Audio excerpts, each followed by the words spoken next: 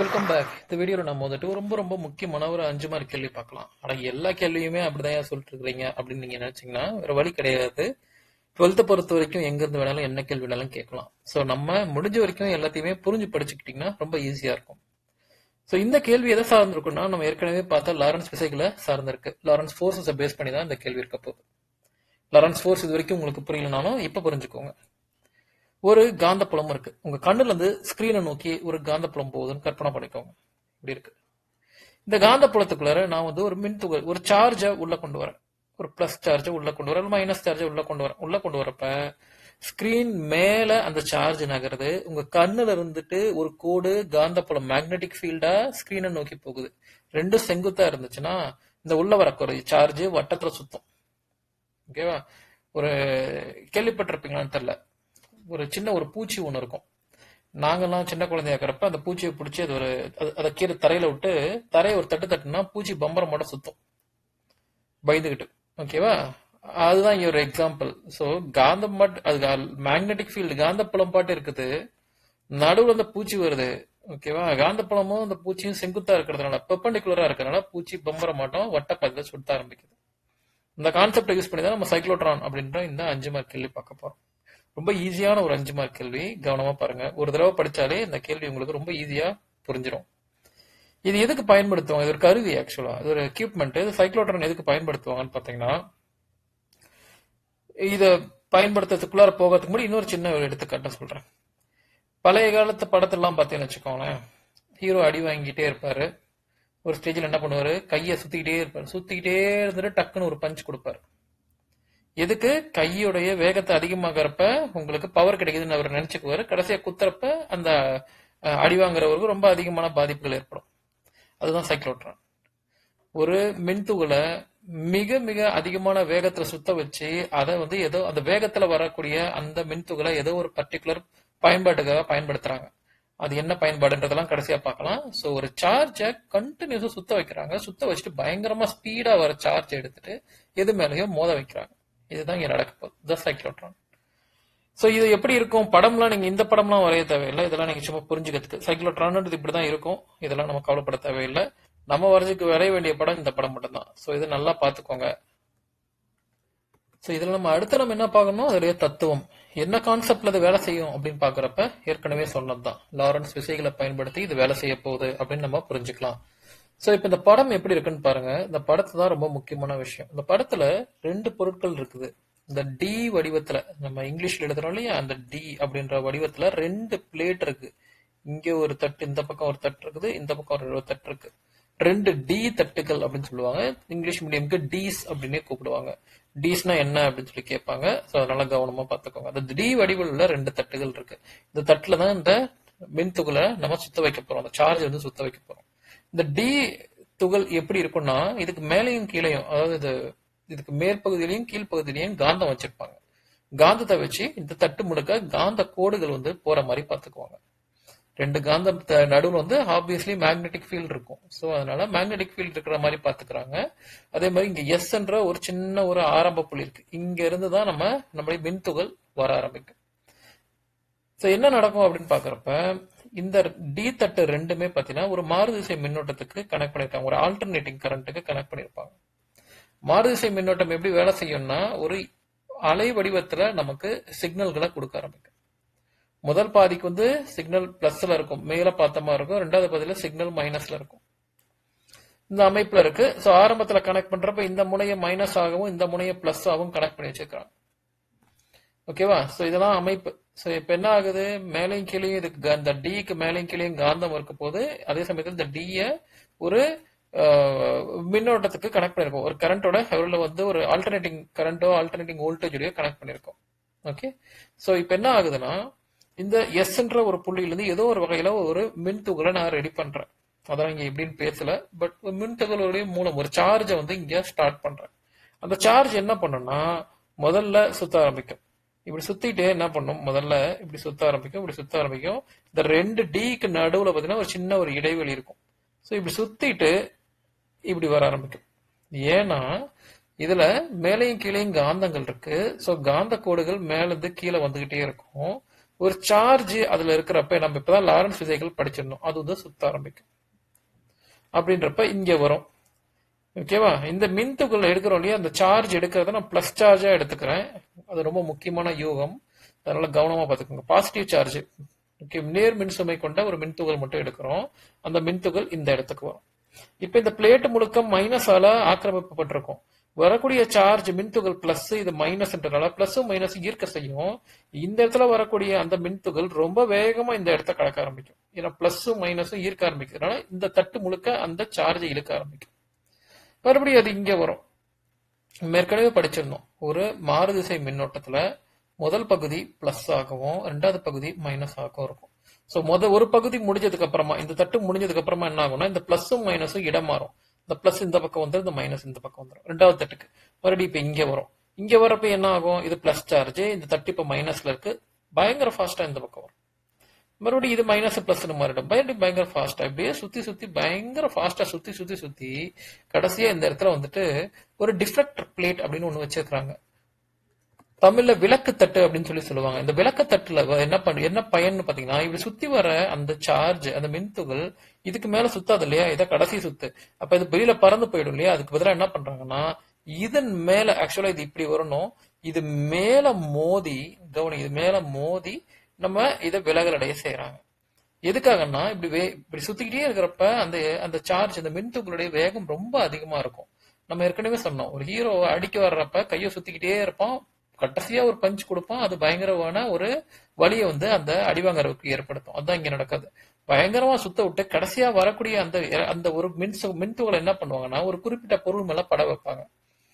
இன்னொரு எடுத்துக்காட்டுனா, உதாரணத்துக்கு ஒரு கேன்சர் குணமாகிறதுக்கு ஒரு ட்ரீட்மெண்ட் எடுக்கிறாருன்னா அங்க இதை பயன்படுத்தலாம். இந்த மாதிரி வேகமா வரக்கூடிய அந்த மின் சுமை, அந்த சார்ஜை கொண்டு போய் என்ன பண்றாங்கன்னா, கேன்சர் செல்கள் மேல பட வைப்பாங்க. பட வைக்கிறப்ப அந்த கேன்சர் செல்கள் வந்துட்டு அழிஞ்சு போறதுக்கான வாய்ப்புகள் இருக்கு. இது ஒரு சின்ன ஒரு எடுத்துக்காட்டு, எங்க இதை பயன்படுத்தலான்ட்டு. அணுக்கரு உலையில பயன்படுத்தலாம். மிக வேகமா பயணிக்கக்கூடிய எனக்கு மின்துகள்கள் வேணுன்றப்ப அங்க எனக்கு பயன்படுத்த முடியும். இந்த மாதிரி சில இடத்துங்கள்ல நம்ம பயன்படுத்தலாம். சோ இதுதான் அடிப்படையில எப்படி வந்து ஒரு சைக்ளோட்ரான் வேலை செய்யுது அப்படின்றதுக்கான அர்த்தம். இந்த இந்த மொத்த இதுமே பாத்தீங்கன்னா காற்று இல்லாத இடத்துலதான் இந்த மொத்த சோதனை அப்படின்னு பாக்குறப்ப, ஏன் அது காற்று இல்லாத இடத்துல வைக்கிறோம்னா, இந்த மின்துகள் வேகமா நகர்ந்துகிட்டே இருக்கிறப்ப காத்தெல்லாம் இருந்துச்சுன்னா அதுல இருக்கிற மின்துகள்னால மோதுற மாதிரி வாய்ப்புகள் இருக்கும். அதனால அந்த மின்துகள், அந்த சார்ஜோடைய வேகம் வந்து குறையறதுக்கான வாய்ப்புகள் இருக்கு. அதை குறையக்கூடாது அப்படின்றது இது வந்து வெற்றிடத்துல அல்லது காற்று இல்லாத ஒரு அறையில வந்துட்டு இதை பயன்படுத்துறாங்க. இவாக்குவேட்டட் சேம்பர் அப்படின்னு சொல்றாங்க, அல்லது வெற்றிட அறை அப்படின்னு சொல்லிட்டு விளக்குறாங்க. இப்படிதான் இது நம்ம வேலை செய்யுது. இந்த டிபி அப்படின்றதுதான் அந்த டிஃப்ளெக்டர் பிளேட் அல்லது விளக்கு தட்டு அப்படின்னு சொல்லுவாங்க. புக்ல இதுக்கான விளக்கங்கள் டிபினா என்னன்னு கொடுக்கல, அதனால நீங்க நோட் பண்ணிக்கோங்க. டிபி அப்படின்றது இங்க என்ன கொடுக்குறாங்கன்னா, விளக்கத்தட்டு அல்லது விளக்கு தட்டு அப்படின்னு சொல்லிட்டு எழுதிக்கலாம். விளக்கு தட்டுனா என்னன்னு கொடுத்துருக்காங்க, ஆனா அது டிபி தானான்றத எங்கேயுமே விளக்கல.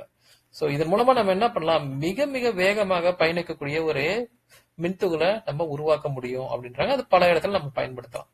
சோ இங்க என்ன ஆகுது, காந்தப்புலம் இருக்கு, ஒரு மின்துகள் உள்நோக்கி வருது, அது வட்டமா சுத்துது, வேகமா சுத்திட்டு கடக்குன்னு வெளில போகுது. இதை நான் ஒரு பிளேட் வச்சு தடுத்து அது எங்க நான் படணுமோ அந்த இடத்துல கொண்டு போய் பட வைக்கிறேன். அப்ப காந்தப்புலம் இங்க இருக்குது, அது செங்குத்தா இருக்கிறதுனால இங்க லாரன்ஸ் ஃபோர்ஸ் வேலை செய்யுது. லாரன்ஸ் ஃபோர்ஸ் ஃபார்முலா நமக்கு தெரியும், Q × V/B.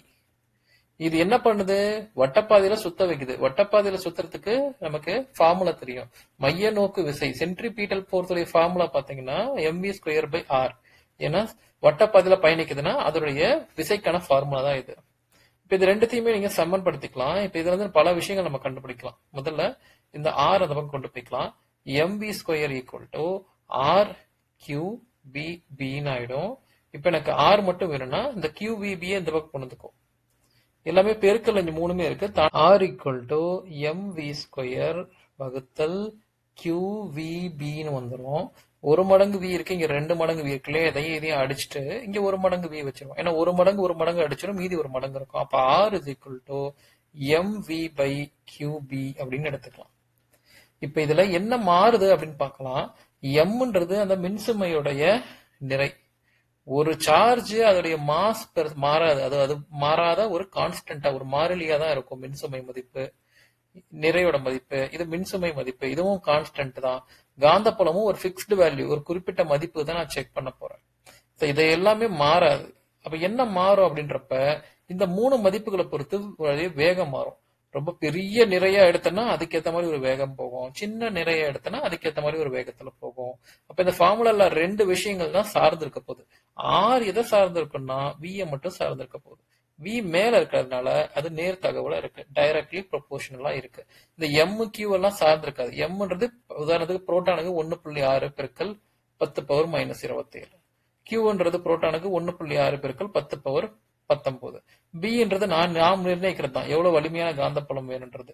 அதனால இதெல்லாமே மாறாத ஒரு மதிப்புகளா இருக்கு, வி மட்டும் தான் மாறுது அப்படின்றாங்க. இதுல இருந்து நம்ம என்ன புரிஞ்சுக்கலாம்னா ஆறுன்றது அந்த பொருள், அந்த மின்சுமை மதிப்பீடு சார்ஜ் சுத்தக்கூடிய அந்த வட்டப்பாதையுடைய ஆரம், ரேடியஸ் தான் ஆறுன்னு குறிப்பிடுறோம். அப்ப ரேடியஸ் பெருசாக பெருசாக வேகமும் பெருசாகும். அப்ப அந்த மின்சுமை மதிப்பு சின்ன வட்டமா சுத்துறப்ப அதோட வேகம் கம்மியா இருக்குமா, கொஞ்சம் கொஞ்சமா வட்டம் பெருசாக பெருசாக அதோடைய வேகமும் அதிகமாயிட்டே போகும் அப்படின்றத இந்த ஃபார்முலா நமக்கு உணர்த்துது. ஓகேவா? இது ஒரு முக்கியமான ஒரு 5 மார்க் கேள்வி, நல்லா பாத்துக்கோங்க. இப்ப இதை சார்ந்த சில ஃபார்முலாஸ் இருக்கு, அதையும் நான் உங்களுக்கு எக்ஸ்பிளைன் பண்றேன். இதுக்கு நம்ம 3 ஃபார்முலா பார்க்க போறோம். இந்த 3 ஃபார்முலாவே நம்ம லாரன்ஸ் விசைகள்ல படிச்சுதான். முதல் ஃபார்முலா என்னன்னு பாத்தீங்கன்னா அதிர்வெண் F is equal to QB by 2πm. ஒரு 2-3 வீடியோக்கு முன்னாடி இந்த ஃபார்முலா எல்லாம் விளக்கியிருந்தேன், அதையும் ஒரு தடவை பாருங்க. அப்புறமா நமக்கு டைம் பீரியட், அலைவு நேரம் அப்படின்னு சொல்றாங்க. இதோடைய ஃபார்முலா 2πm by QB. அப்புறமா கடைசியா இயக்க ஆற்றல். இந்த 3மே நமக்கு தேவை. ஏன் அப்படின்னு சொல்லிட்டு நான் சொல்றேன். இப்ப முதல்ல ஒரு மின்சுமை எடுத்துட்டு அதுக்கு நம்ம காந்தப்புலத்துல சுத்த விட்டோம். ஓகேவா? எவ்வளவு நேரம் அது சுத்திட்டே இருக்க போகுது? அதிகபட்ச வேகத்தை எடுக்கிறதுக்கு. அதுதான் இந்த T என்ற ஃபார்முலா. எவ்வளவு ஆற்றலோட சுத்த போகுது அப்படின்றதுதான் இயக்க ஆற்றல். ஏன்னா நகர்ந்துகிட்டே இருக்கு இல்லையா, இயங்கிட்டே இருக்கனால இயக்க ஆற்றல், கைனடிக் எனர்ஜியை நம்ம கண்டுபிடிக்கணும். அதனுடைய ஃபார்முலா நமக்கு தெரியும், 1/2 mv². ஓகேவா? இந்த ஃபார்முலா பயன்படுத்திக்கலாம். ஏற்கனவே மேல பாத்தீங்கன்னா விக்கும் இதுக்கும் இங்க ஒரு இந்த ஃபார்முலா இருக்கு பாருங்க, இதை எடுத்துக்கணும். இந்த ஃபார்முலால பாத்தீங்கன்னா விக்கும் மத்ததுக்கும் உள்ள ஒரு உறவு இருக்கு. இதை எடுத்துக்கிட்டீங்கன்னா இதுல இருந்து நீங்க ஆர் கண்டுபிடிச்சீங்க, இப்ப வியா எடுத்துக்கலாம். என்ன பண்ணலாம்? mv² = rqvb இருந்துச்சு. ஓகேவா? வி மட்டும் வேணும்னு வச்சுக்கோ. இந்த பக்கம் 2 மடங்கு வி இருக்கு, இங்க 1 மடங்கு வி இருக்கு. இதை அடிச்சுட்டு இந்த பக்கம் நான் ஒரு வி போட்டுருக்கேன். அப்ப mv = rqb. v = rqb/m. இந்த வியோட மதிப்பை எடுத்து நான் இங்க பயன்படுத்திக்கலாம். rqb/m தானே, இந்த இடத்துல விக்கு பதிலா போட்டுக்கலாம். அப்ப என்ன ஆகும்? 1/2 m. விக்கு பதிலா போடணும். வி என்ன பார்த்தோம் மேல? rqb/m பார்த்தோம். rqb/m. இங்க v² இருக்கு, வர்க்கப்படுத்திருக்கீங்க, நானும் வர்க்கப்படுத்திக்கிறேன். அப்ப என்ன ஆயிடும்? = 1/2 m பெருக்கல் r வர்க்கப்படுத்திக்கலாம், r², q², b²/m². எல்லாத்துலயுமே ஸ்கொயர் பண்ணிட்டேன். இங்க 1 மடங்கு m, 2 மடங்கு m இருக்கு. ஒன்னு அடிச்சுட்டு இங்க ஒன்னே ஒண்ணு போட்டுருக்கேன். இப்ப இதை மாத்தி எழுதுனீங்கன்னா r², q², b²/2m. இது இயக்க ஆற்றலுக்கான ஃபார்முலா. அப்படிதான் இந்த ஃபார்முலா இங்க கொடுத்துருக்காங்க. மனப்பாடம் பண்ண தேவையில்லை, இப்படிதான் வந்திருக்குன்னு நீங்க புரிஞ்சுக்கிட்டீங்கனாலே ரொம்ப ரொம்ப ஈஸியா இருக்கும். கடைசியா அதிர்வெண் கண்டுபிடிக்கிற ஃபார்முலா. அதிர்வெண்னா என்ன நம்ம படிச்சிருக்கோம்? ஒரு வினாடிக்கு எத்தனை சுத்து போகுது அப்படின்றதுக்கான மதிப்பு. Number of revolutions per second தான் ஃப்ரீக்வன்சி. அதுதான் இதோடைய ஃபார்முலா. இது நார்மலா லாரன்ஸ் விசைக்கான ஃபார்முலா. சோதனை பண்றதுக்கு அடிப்படையா ஒரே ஒரு கண்டிஷன் மட்டும் தான் நம்ம பார்க்கணும். ஒரே ஒரு நிபந்தனை இருக்கு. என்னன்னா, நம்ம மாறு திசை மின்னோட்டம் கொடுத்தோம், ஆல்டர்னேட்டிங் வோல்டேஜ் கொடுத்தோம். இதுல உருவாகிற இந்த அலை வடிவத்துக்கு ஒத்த வடிவம் தான் நமக்கு சுத்தரப்பையும் கிடைக்கணும் அப்படின்றாங்க. ஓகேவா? இதுல கிடைக்கக்கூடிய ஃப்ரீக்வன்சி, இதுல ஒரு வினாடிக்கு எத்தனை அலைகள் உருவாகுதோ அதே மாதிரி இங்கே இப்ப ஒரு அலை தான் உருவாச்சுன்னா இதுக்குள்ளார ஒரு வினாடிக்கு ஒரு சுத்து தான் சுத்தி இருக்கணும் அப்படின்றாங்க. 2 அலை ஒரு வினாடி கிடைச்சுன்னா 2 சுத்து சுத்தி இருக்கணும் அப்படின்றாங்க. அந்த நிபந்தனை இங்க கொடுத்துருக்காங்க. இது நல்லா பாத்துக்கோங்க. மேபி எங்கேயாவது நீட் மாதிரி இல்ல போட்டித் தேர்வுகள்லாம் உங்களை கேட்கலாம். இதெல்லாம் எப்படி இது சைக்ளோட்ரான் வேலை செய்யும் அப்படின்றதுக்கான பதில். இதனுடைய வரம்புகள் என்ன? சைக்ளோட்ரான் மிக வேகமான ஒரு மின் துகள் எனக்கு கொடுக்க போகுது, பயங்கரமா ஃபாஸ்டான ஒரு எலக்ட்ரிக் சார்ஜ் எனக்கு கொடுக்க போகுது. அதை வச்சு நான் ஒரு குறிப்பிட்ட பொருள் மேல நான் அடுக்கி வைக்கலாம். ஆனா இதனுடைய வரம்புகளும் இருக்கு. இது என்ன பண்ண முடியாதுன்றதை நம்ம தெரிஞ்சுக்கணும். 2 மார்க் கேள்வி இது, கவனமா பாருங்க. ஸோ இதுல முதல் என்ன வரம்பு, என்ன லிமிடேஷன்ஸ் இருக்குன்னா, முதல்ல இது பிளஸ் சார்ஜ் மட்டும்தான் நம்ம வேகமா போக வைக்கிறதுக்கு முயற்சி பண்ண முடியும். மைனஸ் சார்ஜை நம்ம பண்ண முடியாது. அதே மாதிரி மின்சுமை மதிப்புகளை பிளஸும் இல்லாம மைனஸும் இல்லாம இருந்துச்சுன்னா அதை நம்மளால பண்ண முடியாது. பிளஸ் மட்டும்தான் வேகமா போக வைக்க முடியும். மைனஸையோ பிளஸும் மைனஸும் இல்லாம நடுநிலையா நியூட்ரலா இருக்கிறத நம்ம பயன்படுத்த முடியாது. இதுதான் அடிப்படையான சில வரம்புகள். ஏன் அப்படின்னா நம்ம டியோடைய இதுல என்ன பண்ணிருந்தோம்னு பாத்தீங்கன்னா, இது மைனஸ் இது பிளஸ்ன்னு எடுத்து பிளஸ் சார்ஜா இருந்தனால என்ன ஆயிடுச்சுன்னா, முதல்ல இப்படி சுத்த வர்றப்ப இங்க வர்றப்ப மைனஸ் பிளஸ் மைனஸ் ஆயிடுச்சு. வேகமா போகும், மறுபடி வேகமா போச்சு. ஒருவேளை நான் எடுத்துக்கக்கூடிய சார்ஜ் மைனஸ்ல என்ன நடக்கும், டி இருக்கு, மைனஸ் பிளஸ் இருக்கு. மைனஸ் வந்து என்ன ஆகும்னா இங்க வர்றப்ப இதுவும் மைனஸ் சுத்த விடாம இது இங்கேயே தடுக்கும். மைனஸ் விலகல் அடையுது. அதனாலதான் பிளஸ் மட்டும்தான் இங்க நம்ம பயன்படுத்த முடியும். நேர்மின்சுமை கொண்டது மட்டும்தான் நம்ம பயன்படுத்த முடியும். மற்ற எதிர்மின்சுமையோ அல்லது மின்சுமை அற்ற மதிப்புகளையோ நம்மளால முடுக்க முடியாது அப்படின்றத கொடுத்திருக்கிறாங்க. இந்த குறிப்புல வந்து இந்த முடுக்கப்பட்ட அந்த மின்சுமை அக்சலரேட்டட் சார்ஜஸ்னால என்ன பயன் இருக்கும் அப்படின்றத பேசுறாங்க. குறிப்பிட்டு இங்க என்ன பண்றாங்கன்னா, பிளஸ் மைனஸ் இல்லாம டியூட்ரான் அப்படின்ற ஒரு பொருளை எடுக்கிறாங்க. இந்த டியூட்ரான்ல என்ன இருக்கும் அப்படின்னு பாத்தீங்கன்னா, ஒரு புரோட்டானும் ஒரு நியூட்ரானும் இருக்கும். புரோட்டான் பிளஸ் சார்ஜ், நியூட்ரானுக்கு மின்சுமை கிடையாது, சார்ஜ் கிடையாது. அப்ப பிளஸ்ஸா இருக்கிற இந்த புரோட்டான் என்ன பண்ணும்னா அந்த டியூட்ரானையே வேகமா பயணிக்க வைக்கும். நியூட்ரான்ன்றது ஒரு கவருக்குள்ளார ஒரு பிளஸ்ஸையும் ஒரு நியூட்ரலும் போடுறீங்க. அப்ப என்ன ஆகும் அப்படின்னு பாக்குறப்ப அந்த கவர் மொத்தமாவே சுத்த ஆரம்பிக்கும். ஏன்னா பிளஸ் இருக்கிறதுனால வேகமா போயிட்டு அது எங்க பண்றாங்கன்னா அந்த விளக்கு தட்டுல போய் போடுறாங்க. இங்க விளக்கு தட்டுன்றது என்ன பயன்படுத்துறாங்கன்னா ஒரு பெரிலியம் அப்படின்ற ஒரு அணு மேல பட வைக்கிறாங்க. பட வைக்கிறப்ப என்ன ஆகும்னா இந்த புரோட்டான் அந்த பெரிலியம் வாங்கிக்கிட்டு நியூட்ரானை வேகமா வெளிவிடும், கவருக்குள்ள இருந்து தூக்கி போட்டுரும். அப்படி வேகமா வெளிவரக்கூடிய நியூட்ரான்கள் என்ன பண்ணலாம்னா கேன்சர் சிகிச்சைக்காக, புற்றுநோய் சிகிச்சைக்காக பயன்படுத்த முடியும் அப்படின்னு சொல்லி சொல்றாங்க. அந்த வேகமா வரக்கூடிய நியூட்ரான்கள் என்ன பண்ணணும்னா போயிட்டு அந்த டிஎன்ஏ எது வந்துட்டு அந்த கேன்சரை உருவாக்குதோ அந்த செல்கள் மேல மோதி அதை அழிக்க ட்ரை பண்ணும். இந்த மருத்துவத்துக்கு பேரே வந்து ஃபாஸ்ட் நியூட்ரான் கேன்சர் தெரப்பி அப்படின்றாங்க, அல்லது வேக நியூட்ரான் புற்றுநோய் சிகிச்சை முறை அப்படின்னு சொல்லி சொல்றாங்க. நியூட்ரான்களை வேகமா வர வச்சு அதன் மூலமா இங்க புற்றுநோயை ட்ரீட் பண்றாங்க. இதுதான் அடிப்படையில சைக்ளோட்ரான் என்ன, எப்படி வேலை செய்யும், அதோடைய வரம்புகள் என்ன அப்படின்றதெல்லாம் நம்ம பாக்குறது. இப்ப இதை சார்ந்து ஒரு கணக்கு பார்க்கலாம். இந்த சம் பாத்தீங்கன்னா எடுத்துக்காட்டு 3.23 எக்ஸாம்பிள் 3.23. இது சைக்ளோட்ரான் சார்ந்த ஒரு கணக்கு தான், ரொம்ப ஈஸியான ஒரு கணக்கு தான், கவனமா பாருங்க. ஒரு டெஸ்லா காந்தப்புலம் வலிமையில் செயல்படும் சைக்ளோட்ரானை பயன்படுத்தி புரோட்டான்களை முடுக்கு வைக்கும் நிகழ்வில் டீக்களுக்கு இடையே உள்ள மின்புலத்தின் அதிர்வெண்ணை காண்கின்றாங்க. காந்தப்புலத்தின் வலிமையை கொடுத்திருக்காங்க. மேக்னெட்டிக் ஃபீல்டோடைய ஸ்ட்ரென்த் வந்து ஒரு டெஸ்லா அப்படின்னு கொடுத்திருக்காங்க. அது நம்ம காந்தப்புலத்தை பின்னு எழுதிக்கலாம். பின்றது ஒரு டெஸ்லா. இங்க புரோட்டான்களை பயன்படுத்துறாங்க. ரொம்ப முக்கியமான ஒரு வார்த்தை, புரோட்டான்களை பயன்படுத்துறாங்க. புரோட்டான் நமக்கு தெரியும், அது நியர் மின்சுமை கொண்டு. நம்ம புரோட்டான் பிளஸ் சார்ஜ்னு வச்சுக்கோங்க. அப்ப இதுக்கு இந்த டி தட்டுகளுக்கு இடையே உள்ள அதிர்வெண்ணை கண்டுபிடிக்க சொல்றாங்க. எவ்வளவு அதிர்வெண், ஒரு வினாடிக்கு எத்தனை சுத்த போகுது அப்படின்றத நம்ம கண்டுபிடிக்கணும். எஃப்க்கான ஃபார்முலா இப்பதான் சொல்லி கொடுத்தேன். அதிர்வெண்ணுக்கான ஃபார்முலா வந்து QB/2πm. Qன்றது புரோட்டானுடைய மின்சுமை மதிப்பு. புரோட்டானுடைய மின்சுமை மதிப்பு Q உடைய மதிப்பு மாறாது, 1.6 × 10⁻−19. பின்றது காந்தப்புலம், கேள்வியிலே கொடுத்துட்டாங்க ஒரு டெஸ்லான்ட்டு. 2ன்றது 2 தான், பைன்றது 3.14, எம்ன்றது புரோட்டானுடைய நிறை, அது வந்து m = 1.67 × 10⁻−27. இங்க எம்பின்னு கொடுத்துருக்காங்க, அது மாஸ் ஆஃப் புரோட்டான் அல்லது புரோட்டானின் நிறை அப்படின்னு அர்த்தம். குழப்பிக்காதீங்க, எம்னே போட்டு நீங்க போட்டுக்கலாம். F = Q உடைய மதிப்பு எனக்கு ஏற்கனவே தெரியும், 1.6 × 10⁻−19. B ஒரு டெஸ்லா வகுத்தல் 2 பெருக்கல் பைன்றது 3.14 பெருக்கல் நிறை வந்து 1.67 × 10⁻−27. எல்லாத்தையும் பெருக்கு. F = 1.6 1 பெருக்கினீங்கன்னா 1.6 × 10⁻−19 வரும். 2 3.14 6.28 வரும். அதையும் இந்த மதிப்பையும் பெருக்குங்க. 6.28 பெருக்கல் 1.67.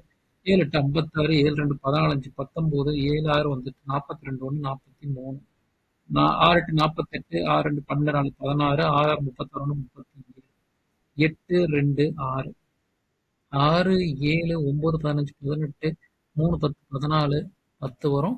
புள்ளிக்கு அப்புறம் இங்க 2 நம்பர், இங்க 2 நம்பர். 4 நம்பர் தள்ளி புள்ளி வைக்கணும். அந்த புள்ளி வந்து இங்க வந்துடும். 10.48 இருக்குது. 10.48 அது 9 பக்கத்துல இருக்கு. ஸோ 10.9ன்னு எடுத்துக்கலாம். 10.49 பெருக்கல் இங்க 10 பவர் மைனஸ் 27 மேல இருக்கு. இப்போ நம்ம இதை இன்னும் எளிமையா மாத்திக்கலாம். எஃப் ஈக்குவல் டு புள்ளிக்கு அப்புறம் ஒரு நம்பர் இருக்கு இல்லையா, புள்ளி ஒரு நம்பர் வெளில கொண்டு போயிடு. அப்ப 16 ஆயிடும். ஒரு நம்பர் வெளில போனதுனால -1 வரும். 10 பவர் -19. இங்க புள்ளிய 2 நம்பர் வெளில கொண்டு போய்க்கோ. அப்ப 10 49, 2 நம்பர் வெளில போனதுனால -2, ஏற்கனவே ஒரு -27 இருக்கு. இப்ப 16 நம்ம 1049ல வகுக்கணும். ஓகேவா? வகுக்க முடியாது. 0 போட்டு புள்ளிய வச்சு 0 போடுங்க. வகுக்க முடியாது. 0 போட்டு 0 போடுங்க. இப்போ ஒரு மடங்கு வகுக்கலாம். 1 0 4 9 கழிச்சிங்கன்னா 1, இது வந்துட்டு உங்களுக்கு 5 வரும். இது ஒரு 5 வரும். இங்க 0 போட்டுக்கலாம். ஒரு 5 மடங்கு பார்த்தீங்கன்னா 5 9 45, 5 4 20 24, 5 1 5, 5 இது வந்து உங்களுக்கு ஒரு 6 வரும். இது வந்துட்டு உங்களுக்கு ஒரு 2 வரும். மறுபடியும் இங்க ஒரு 0 போட்டுக்கலாம். ஒரு 2 மடங்கு, கிட்டத்தட்ட 2 மடங்கு வரும். போதும். ஸோ இது வந்துட்டு எஃபோட மதிப்பு பார்த்தீங்கன்னா 0.0152ன்னு வருது. பெருக்கல் மேல பார்த்தீங்கன்னா 10ல -1 -19, மைனஸ் மைனஸ்னா கூட்டணும். ஸோ -20 ஆயிடும்.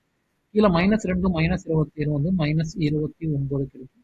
இது மேல போச்சுன்னா f is equal to 0.0152 பெருக்கல் 10 பவர் -20, மேல போன -29 +29 மாறிடும். f ஓட மதிப்பு வந்து பாத்தீங்கன்னா 0.0152 பெருக்கல் 10. 29ல இங்க மைனஸ் பிளஸ் இருக்கு. மைனஸ் இங்க பிளஸ் இருக்கு இல்லையா? மைனஸ் பிளஸ்னா கழிக்கணும். 29ல 20 போச்சுன்னா 9 வரும். பெரிய நான் 29ல குறியில நானும் குறிப்பேன். அதிர்வெண்ணுடைய அலகு வந்து ஹெர்ட்ஸ். ஸோ இதை நீங்க எழுதிக்கணும். ஸோ இதுதான் நமக்கான ஆன்சர். இப்போ புக்ல கொடுத்த மாதிரி எனக்கு வேணும். இங்க எம் எல்லாம் போட்டிருக்காங்க அப்படின்னா எம்ன்றது மெகாவை குறிக்குது. மெகா அப்படின்னா 10 பவர் 6ன்னு அர்த்தம். ஸோ இது ஏற்ற மாதிரி மாத்தி எழுதிக்கலாம். 15க்கு அப்புறம் புள்ளி இருக்கா? இங்க பாருங்க. 15க்கு அப்புறம் புள்ளி கொண்டு போங்க. 1 2 3, 3 இடம் வெளில தள்ளுறேன். அப்போ எஃப் இஸ் ஈக்குவல் டு 15.2 வரும். 3 இடம் வெளில போனதுனால -3 வரும். ஏற்கனவே ஒரு 10 பவர் 9 இருக்கு. ஹெர்ட்ஸ். அப்போ எஃப் இஸ் ஈக்குவல் டு 15.2 பெருக்கல் 10. 9ல 3 போச்சுன்னா 6 வரும். ஹெர்ட்ஸ் எழுதலாம். இப்படியே கூட எழுதலாம். இல்லைன்னா F is equal to 15.2 10 power 6 தான் நான் மெகான்னு சொல்லியிருக்கேன்ல. ஸோ எம்னு போட்டுக்கலாம். எம்ன்றது மெகா அப்படின்னு அர்த்தம். மெகானா 10 பவர் 6ன்னு அர்த்தம். இப்படி போட்டுக்கலாம். நம்ம வந்து கால்குலேட்டர்லாம் இல்லாமல் அப்படியே போட்டிருக்கோம். புக்கில் அதெல்லாம் வந்து கொஞ்சம் அக்யூரேட்டாக போட்டிருக்காங்க. பட் இதுவுமே கரெக்டான ஆன்சர் தான். ஸோ இந்த சமம் நோட் பண்ணிக்கோங்க. உங்களுக்கு 2 மார்க்லேயோ இல்லை ஒரு 3 மார்க்லேயோ கேள்வியிலையோ 3 மார்க் கரெக்ட் 3 மார்க் கேள்வியிலையோ வரதுக்கான வாய்ப்புகள் இருக்கு. ஸோ இந்த வீடியோ நம்ம இங்கே ஸ்டாப் பண்ணலாம்.